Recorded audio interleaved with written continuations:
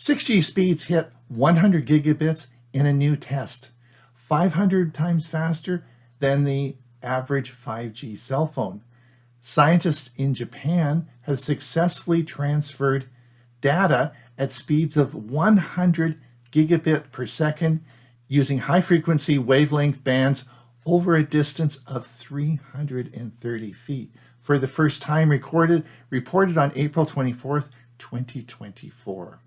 I'm Ron Brown with Tech for Senior, where we make videos to help seniors understand technology and to bring them up to date on 5G technology. So before we get into 5G technology in 2024, I'd like to go back and look at some history. Now, this is a slide of course, Don Johnson in Miami Vice. For all those seniors, you all know about this show. This is one of our favorite shows. If you're under the age of 50, you've probably never heard of this. Well, here you see Don Johnson, and what is most important is look at the cell phone he has. This is a 1G cell phone, and of course, Don being a smart guy, he had one of the first cell phones available. I actually had a 1G cell phone, and it was really terrible. It was like a party line. I don't know if you remember, but someone might be phoning and get in on your line, and you'd say, "Get off my line." It was an old analog system. It wasn't digital. Well, we moved quickly into 2G, which of course was digital communication. About this time, the US federal government realized that cell phone technology was going to be a big deal, really big. So they decided to break up Ma Bell instead of having a great monopoly for all the cell phone services in the United States. So as the breakup occurred, there was a tiny little company in Seattle called Verizon. And in the breakup, they were given a large chunk of Ma Bell, and the federal government said, "Go forth and multiply." And they did. And of course, that is history. So when Verizon got their marching orders to go forth and multiply, the board sat down and wanted to build a large network with the best equipment they could. And they looked at all available types of networks, and they chose CDMA as a standard. Well, of course, T-Mobile and AT&T had different ideas, and they chose another standard called GSM. Now, this is exactly the same thing that happened with, now again, you have to be a senior to understand this, was with VHS and Betamax. As you remember, those of us who really did our research went with Betamax because Betamax was a better technology. Well, what happened? Well, the world went with VHS and Betamax went away. Well, similar thing happened with the CDMA and GSM. The rest of the world went with the GSM standard. So in the United States, well, we had these 3G networks. We had two standards. We have, of course, the CDMA system, and we had the GSM. Well, that's why, of course, the Verizon phones wouldn't work on the T-Mobile service, and T-Mobile wouldn't work on the Verizon service. And of course, they kept giving us free phones to keep on those services. So it was a bit of a crazy system for a while. And then a man by the name of Steve Jobs came along and created something that would change the world as we know it today. And that, of course, was the iPhone. And he had a concept that the phone would be connected to the internet, and it would be quite an amazing device. And the iPhone, of course, was created and became enormously successful. Well, the 3G networks just weren't going to cut it as far as providing high-speed internet for those phones. So, of course, we developed yet a 4G standard, which moved ahead. And fortunately, 4G, hey, all the phones worked on this. We got rid of the old double standard, and we had one now that all phones would work on the 4G network. And there we were for a number of years until, of course, this 5G came. And today we're going to talk about what is this 5G thing, why is it important, And what is this? Where are we going with this in 2024? All right, let's talk a little bit about the history of 5G networks. Then we'll talk about how they work and the advantages of 5G. Now, we have to go back to the year 2018, and this is when we first saw 5G networks appear in Canada, United States, and around the world. And this was led by a company who is by far the leader in this technology called Huawei. And they were by far way ahead of everybody else in the development of this, which of course was a Chinese company. And it meant that China was very well developed in their 5G network long before Canada, the United States, Britain, so on and so forth, had their networks up and running.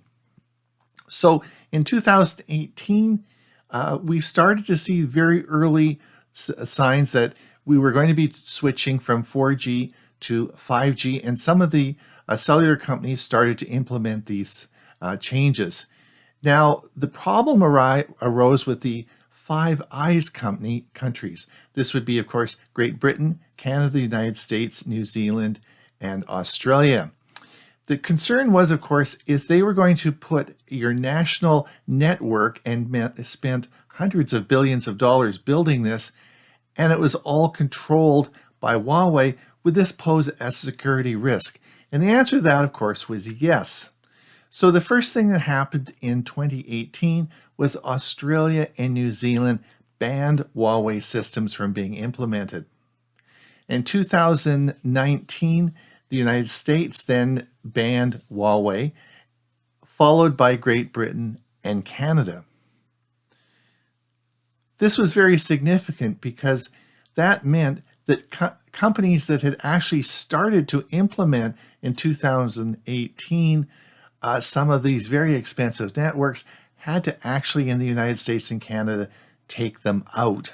So this became very costly. And the other big technical problem was Huawei was so advanced from all the other companies making this type of equipment, it would take a number of years for the other companies to catch up. So that led to a big delay in the implementation of 5G networks in the Five Eyes countries. So today we see the well-developed 5G networks in China, Southeast Asia, and India. These are the powerhouses of manufacturing and new developments. And they, of course, all use Huawei equipment. So yes, it is taking the Five Eyes countries a little while to catch up and to wait for companies like Nokia and other 5G manufacturers to develop the technology that Huawei has. And you'll see how this becomes apparent when we go over how 5G works. So let me talk a little bit about the advantages and why we need 5G. All right, let's focus on 5G. Now, we all know that, of course, 5G is faster than 4G. But how much faster is it? Well, let's look at this diagram here, and you'll see if we took a 2-hour movie called Guardians of the Galaxy, and we downloaded that on a 3G network, it would take 26 hours. If we did that on a 4G network, it would take 6 minutes. And if we did it on a 5G network, it would take 3.6 seconds. Boy, I wonder, that's going at 10 gigabits per second download. I wonder how that 6G network we discussed earlier at 100 gigabits per second, I bet you it'd be a fraction of a second. So you're probably wondering, why do we need such speed? I mean, we can't download our email any faster, right? So why is speed important? And speed is important because of low latency. In this diagram, you'll see pictures of autonomous driving cars. And you'll see, of course, they have a perimeter sensor around the outside so that they can stay in the lane and stay safe. Well, the ability to control those cars is so important that you have a rapid 5G network with low latency. You can't sort of be thinking about stepping on the brakes before it actually happens. Or let's look at healthcare. As doctors do remote surgery, This is a neurosurgeon doing neurosurgery with haptic technology. Again, requiring a very, very low latency before he makes that critical scalpel cut. And then, of course, there's manufacturing. This is the big one. Manufacturing really depends on low latency. As they tool up their factories and they run the automated processes, a low latency speed is extremely important. But let's look at this article. It was out this morning in the newspaper. This is a Washington College football team who relies on 5G technology, the Bisons. They come from a university where a lot of the students are hearing impaired, and they use technology in their helmets to get the clues from the coach. Yes, 5G is making them very successful. So not only does it have implications on what we discussed before, but big implications for sports as well. So whether it's in the automobile industry, healthcare, manufacturing, or sports, 5G technology gives everyone a competitive edge. And in times where the United States and Canada are hoping to bring back some of their manufacturing capability, which we have seen move off to China, Southeast Asia, and India, who all have well-developed 5G systems and are moving on to 6G. It is so important that we develop these 5G systems to stay competitive. All right, let's talk a little bit about what 5G is. Now, I think that it's important that you understand that this is an evolving technology that is going to take maybe the next 10 years to give you speeds of up to 20 gigabit download. Now, you've already seen that 6G technology is available in Japan. They're just working on their 6G technology, which gives you download speeds of 100 gigabits per second. So when we look at this 5G diagram here, you'll see that there's 3 layers of the cake. And today we're going to focus on the top layer, which is the very fast millimeter wave. What is the millimeter wave? I'm going to explain that. But what you need to understand is that the parts of this cake change depending on where you are and where you live in the United States and Canada. It's very dynamic and is always related to the new technology and new antennas that are being developed by the various companies that are providing the services for this 5G network. All right, let's look at the diagram on the bottom right here, and you'll see that the 4G network uses around 6 gigahertz.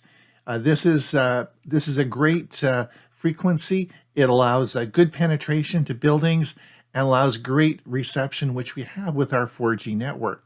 Why would anybody want to go into the higher spectrum, 24 gigahertz and above, into what we call the millimeter wave?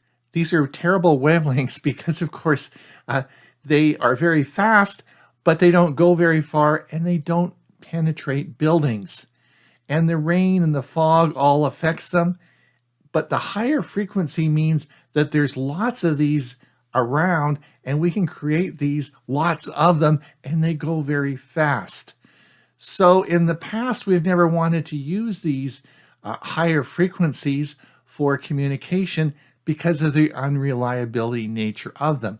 But I'm going to show you how that all changed, and this is where we get the 5G technology from. Because this is really an issue of we've got to make what we have better. We can't create any more radio frequencies. We have to take the ones we have and make better use of them. So let's see how we can do this. Now, this technology is constantly changing, but we're going to talk first about millimeter waves, which we have. We're going to talk about small cell antennas. Then we're going to go to the massive MIMO, multiple in, multiple out antennas. What are beamforming antennas? And we're going to talk about full duplex. So let's have a look at that. All right, let's look at what we're going to call small cell antennas with 5G network. Now, these are typically antennas that you will see in residential areas. Since I've told you that these don't go very far and can't penetrate through buildings, you're going to need a lot of these aerials in residential areas. Now let's look at this diagram here, and this is to do with home internet services, which you see being released now by the big three. This is where you'll have a tower and you'll have an antenna on your own home. Now this will have to be line of sight, and it can't actually go very far. So you'll have to have lots of these towers, but the signal will go from the tower to the antenna on your house. Then there'll be a cable that will take you to a modem in your house, and then of course it will connect to a router and Wi-Fi and however you want to distribute it. But that's how you're going to get this to your house from the tower. Now as this technology moves into residential areas, you'll need to have a lot of these towers, and here's some examples of towers on lighting standards in different locations. And you'll see the light on the top, and you'll see the antennas on the lighting standards. Now you'll probably need these aerials every second or third light in the area that you live. So yes, there's going to be a lot of towers to have this 5G technology to be useful in your neighborhood. Now obviously, if we're in a downtown situation where there's a lot of tall buildings, the technology needs to change. And that's where we have what we call massive MIMO. And this means multiple in, multiple out. In other words, we can create large numbers of these high frequency 5G signals. And in this diagram, you can see the different aerials that would be sending out a lot of these 5G millimeter wave signals. Now the problem is we're sending out so many because we have to cover all the sides of the building. So we're just going to flood the area with a lot of these signals. Problem is these signals are going to collide, and they're going to go boom, boom, and it's going to reduce the speed because of the massive collisions. So we then have a second type of aerial called a beamforming aerial. And this really is like a control tower at an airport. It's going to direct these signals so that it becomes a logical way in which we can receive them and keep the speed up. So we're going to have, in conjunction with MIMO aerials, we'll have beamforming aerials, and you can see that in this diagram. And if you are downtown Phoenix and you're looking up, you'll see these different types of aerials on a lot of buildings in order to get that type of service. Now the last technology is duplex technology. Now, if you have the old walkie-talkies we used to have as kids, you can remember if I was broadcasting when you were broadcasting and we pushed the transmission button at the same time, it would go squeak, squawk, squawk, and it wouldn't work because we both know that we have to say over, and then you can broadcast, then I can broadcast. So you can't actually run a signal in different directions on the same frequency. One person can broadcast or the other person can broadcast. Now you're going to say, well, Ron, how do cell phones work? That isn't the problem. We don't have to say over on cell phones. That's because we have different channels on cell phones. In fact, when we're talking on a cell phone, there's a receiving channel and a sending channel. So we're using different frequencies. So we have two frequencies every time we're talking on a cell phone. Well, that of course uses up a lot of the frequencies available. Wouldn't it be nice if we could actually have a sending and receiving frequency on the same track? Well, in this diagram, you'll see, of course, there's, as the old system, two trains going on the same track, on different tracks, and that's how we make it work. With what the engineers have figured out with duplex is that we can now send and receive on the same frequency, which is really quite incredible. And this will allow, again, double the number of transmissions that we can make and make this thing even faster. So these are the technologies that we have today to make this 5G system work. But as I speak, I'm sure there's more and more of these types of technology being developed, which will all be added to make these systems better so that we will be able to get up to about 20 gigabit download. So in summary, the 5G networks in Canada and the United States are composed of this type of graph you'll see here. This cake is a pictorial view of the different frequencies used to make up this network. Now, this will vary dynamically where you live, and I'll explain that in just a minute. But you'll see the broad 4G base, then we have the mid-range, and of course, the very high millimeter waves, which is a small group of geographical locations. So this will change. Now, why is this important? If you look at Arizona, Arizona is, of course, massive development going there with chip manufacturing and the new, of course, CHIP Act that has just been passed in the United States. So there's a lot of money pouring in. So you would think that they would have a very advanced 5G network to drive this system. So I sent our music director, Ray Baxter, out to do some testing for me. Now, it's very interesting. Ray lives in a very rural area in Pine, Arizona. He recently changed his cellular service to T-Mobile. And the reason he did that is because of this graph here. You'll see that he has his home connection is now just under 500 megabytes right to the cell tower. Now, Ray has already asked T-Mobile if they have a home internet service, and they don't, but it's coming. So Ray is checking regularly to see when the home internet service is going to be available. Now, when Ray was last in Phoenix about 3 weeks ago, he was at a Denny's downtown, and his T-Mobile connection on his Samsung flip phone was 1 gigabit down, as you see in this diagram. So yes, Arizona has put in place a very advanced 5G network so that it would support, of course, these new chip manufacturing plants. So in summary, I have a few final comments. The first comment is that there are roughly 1 million cell towers in the United States. Now, the average cost of upgrading a 4G tower to a 5G tower is about $1 million. So I want all you people who are good at math to multiply 1 million times 1 million and tell me how much money that is. And when you do that, you'll find out it is a lot of money. So where's the money going to come to build these advanced 5G networks? Well, the answer is you. You're going to be paying for it. But this is to your advantage right now. And I keep talking about this because the big three are desperate to get you to convert over to their 5G system. And the reason for that is they need some cash to pay for the ongoing development of these advanced 5G systems. And they're going to offer you great deals to get you to switch over to their 5G home internet. They're going to bundle this with your home phone if you have one, your cell phones, and also your internet. And I don't know what to raise T-Mobile price will be out, but Verizon is often offering this for around $50 a month. There are some great deals, and this is where the big savings is going to be in your telecommunication package.